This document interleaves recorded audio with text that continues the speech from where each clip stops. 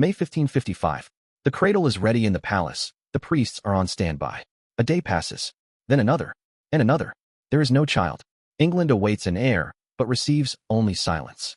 What if the whole country was mistaken, and the queen was pregnant not in body, but in faith? This is a story about hope that warms and burns at the same time. Official news of the pregnancy appeared in November 1554, with the due date set for May 1555. The name has not yet been announced, but hope already has a form: a child. Prayers are heard in churches, flags are raised above rooftops, street preachers shout about the miracle. The Queen will bring us salvation, echoes from the pulpits. Scenes of joy are seen across the country. In the cities, there are processions.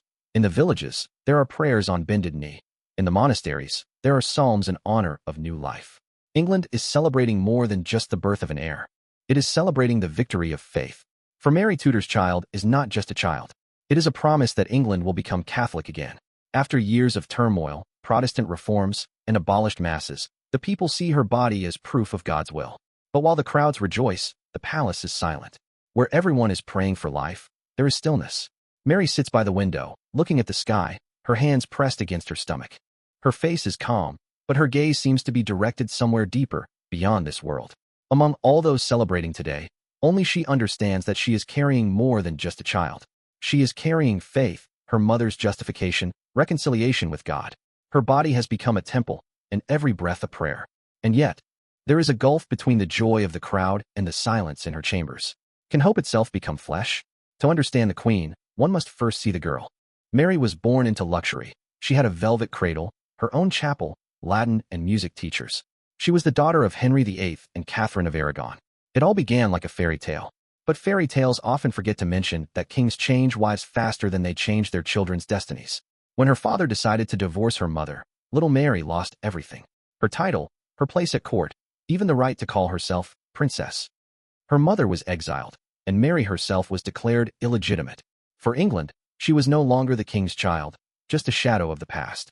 Imagine this. A young princess who once sat next to the monarch now serves at the court of her stepsister and Boleyn's daughter. Silence, obedience, coldness. They call her lady, but everyone knows it's a courtesy, not a title. She learns to be silent, to smile when she is humiliated, to stand still when her father's orders are delivered. From childhood, she learns the main rule of survival in the Tudor world: do not show pain. Pain is a weapon in the hands of others. And yet she keeps the faith. Catherine of Aragon raised her to believe that God is not politics, but truth. So when Mary grows up, her religion becomes more than just a belief. It is her armor. She returns to the throne not as a victor, but as a witness to God's justice.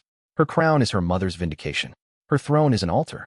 But standing next to her is a man who sees in her not holiness, but an alliance. Philip of Spain is younger, cold, political. Their marriage is not a love story, but an agreement between God and the throne. He brings with him not tenderness, but calculation. And yet Mary believes, if a child is born, it will not only be an heir, but a sign of God's forgiveness. A child is more than blood. It is proof that her whole life had meaning. But the faith she carries in her heart will soon begin to grow in her body. And England will see it as a miracle. The only question is, will it really be a miracle? Or just an echo of her pain that the world will mistake for life? The middle of the 16th century. Europe stands on the brink of two beliefs, the Catholic old and the new Protestant wave. This is not just a theological dispute. It is a battle for souls, for crowns, for the future. After Henry VIII, England is divided in two. Some still whisper Latin prayers in dark chapels, while others burn images of saints in the streets. Neighbors fear each other more than the plague. The word faith sounds like a sentence here. And at this very moment, Mary ascends the throne. The daughter of an exiled Catholic, a woman who sees it as her mission to restore the old faith. Her marriage to Philip of Spain is like an alliance between Rome and London. The Pope gives his blessing. The people remain cautiously silent. And then, the news. The Queen is pregnant. And everything changes. The people begin to see her body as a sign from God. Everything that yesterday seemed like politics today becomes prophecy. Preachers say from their pulpits, Mary is not carrying a child, but salvation. In her womb is a new kingdom of faith. And England believes. Prayers fill the churches. Women take vows of fasting. Monks walk barefoot in processions. Children sing psalms at the gates. The Queen is carrying a child, and the whole country is pregnant with her. Predictions, drawings, letters, all speak of the future heir who will unite England. Catholics see this as a victory, Protestants as a sentence. But one thing unites everyone: faith in a miracle. Of all the lights that burned in those days, one shone brightest. The hope that God would speak again through the royal body. But in history, there is always a moment when faith turns into expectation. And this expectation is the most dangerous of all. For what if the body remains silent, and God does not answer? In early 1554, England narrowly avoided a rebellion, the Wyatt Rebellion. Thousands of Protestants rose up against Mary's marriage to the Spanish Prince Philip. The rebellion was suppressed, but a rift remained. The country was divided between those who saw the marriage as an alliance with God and those who saw it as an alliance with Rome. And in the fall of that same year, Mary received news that would cement it all, the news of her pregnancy. Fall 1554. The sky over London is heavy, the air smells of smoke and rain. In the palace, there is excitement that these walls have not heard in years. Doctors confirm that the queen is pregnant. The diaries of the courtiers are filled with entries. Her belly has rounded.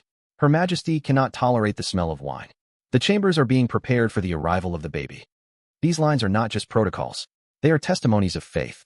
For when a woman who personifies the church carries a child, faith itself takes on flesh. Mary believes with all her heart. Nausea, dizziness, trembling hands, everything that expectant mothers experience. Every morning she thanks God, kisses the crucifix, and whispers, "What England has been waiting for is already within me." A strange silence reigns in the palace, an anticipation that even the stone walls seem to be watching. There is a baby cradle in the rooms, prayers are said in the chapel for the blessed womb, and thin diapers brought from Spain are drying on the windowsills. Months pass, the belly grows. The courtiers bow deeper than ever. Doubt is almost heresy. The palace prepares for the lying-in ritual, an ancient custom of Tudor women in labor. The room is darkened. The windows are covered with heavy fabrics to prevent drafts. Women are allowed to enter, men are not. It was supposed to be a sacred place where life is born. But here there is silence and darkness, where they await not birth, but confirmation of faith. May 1555. The due date is approaching. Priests are preparing for the christening. Printers have texts for solemn proclamations. Across the country, there is a sense of anticipation. But there will be no miracle. Not yet. There is only waiting, a silence that lasts longer than it should. And the first question whispered in the corridors. What if the queen is not pregnant? This whisper marks the beginning of the tragedy. May 1555. The palace, which was supposed to be the cradle of life, gradually sinks into shadow. The queen was supposed to give birth, but day after day passes, and nothing happens. A week passes, then a month, then another. Doctors avoid her gaze. Servants whisper. Every day without a child is like a wound that does not bleed but festers. Mary still believes. God is testing me, she repeats. Every night, she orders a candle to be brought, places her hand on her stomach, and prays. She is sure that her son simply does not want to appear until God's time comes. But her body betrays her. Her face is pale, her breathing is ragged. Even the smell of incense seems suffocating. The cradle is covered with a cloth, the nursing room is empty. And yet she orders that nothing be removed. Just a little longer, she whispers. I must believe. But the world no longer believes. Diplomats write letters with irony. In England, there is a miracle. The queen is pregnant not with a child, but with faith. Songs about wonderful expectations appear in the markets.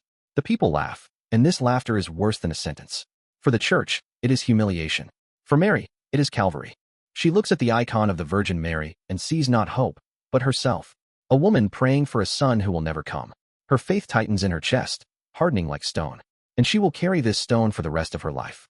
For what is worse? To lose a child, or to realize that it never existed. After May 1555, the palace was empty. Along with the summer, hope disappeared. Philip of Spain leaves England. His ship sails away from the Thames to the sound of bells that yesterday celebrated the birth of a child. He does not say goodbye to Mary. He only leaves a short, cold letter. The ink smears from her tears. The queen was left alone, surrounded by walls that remembered prayers but not answers. Surrounded by courtiers who bowed their heads not out of respect, but out of pity. Meanwhile, behind the palace walls, other fires burn, the fires of Oxford. There, the Protestant preachers Ridley and Latimer are executed, and later Archbishop Cranmer. England, which once prayed with the Queen, now prays differently. Some for the salvation of souls, others for the end of this conflagration. And Mary, who wanted to restore faith, does not notice how faith begins to burn her country. Her body is exhausted, her gaze is fading. She rarely goes out into the courtyard, hardly eats, and only the priests say that her fasting is not mourning, but purification. 1557, rumors again, the queen is pregnant. The symptoms are the same, nausea, weakness, delay. And her belly begins to grow again. This time for sure, she says. The nursery is being prepared again in the chambers, psalms are heard in the chapel. But Mary's face is exhausted, her hands are shaking, and even those who silently play the role of the faithful understand. History is repeating itself. Behind closed doors, fear. Something is wrong. Her body speaks of pain, not life. But Mary holds on. Because if she admits the truth, she admits that God has turned away. And she cannot do that. Summer 1558. The palace is preparing for childbirth again. Priests stand guard at the doors, and the air smells of wax and anxiety. Mary lies on pillows, her hands folded on her stomach. She feels a dull, slow pain, a stone growing inside her. The servants watch with fear. They already know what she does not want to hear. This time there will be no child. Modern historians suggest several versions: pseudo-pregnancy, malignant disease, ovarian or uterine cancer, or dropsy. Her condition was compounded by the flu epidemic of 1558. Those same years brought a terrible wave of flu to England. People were dropping dead in the streets, entire cities were sick, and someone said, "The kingdom is sick, as is its queen." This coincidence became the ultimate metaphor for her reign, when faith and body, nation and monarchy wither at the same time.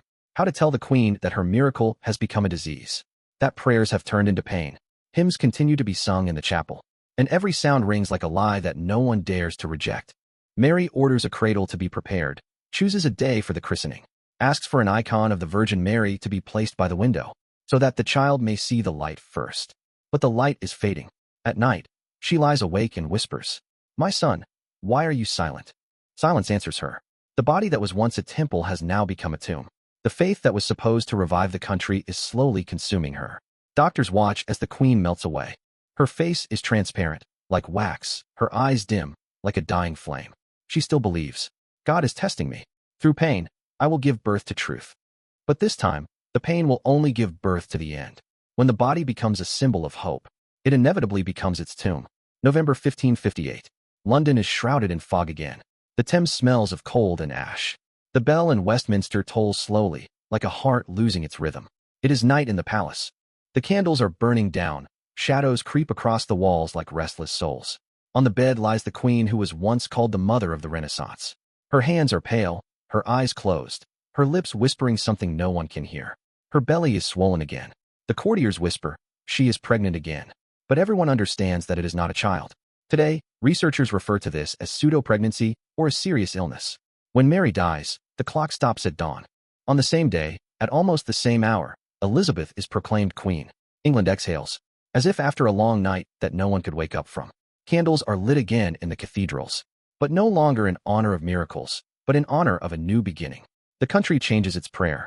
Instead of Ave Maria, God save the Queen is heard. Europe sees this as a sign. One woman died for her faith. Another gave birth to an era of reason. Mary Tudor left no descendants. Her body was buried in Westminster Abbey. She lies in a shared tomb with Elizabeth I, two queens who were enemies in life and inseparable in death. Her mother, Catherine of Aragon, rests far from her, in Peterborough Cathedral. Two women, two faiths, two lives that ended the same way, in loneliness. And yet her story did not disappear. It became a warning. Faith without mercy kills, and a body that serves an idea ultimately betrays. The people said, "She wanted to give birth to salvation, and gave birth to a shadow." And when the bells announced her death, no one knew that an entire era was dying with her.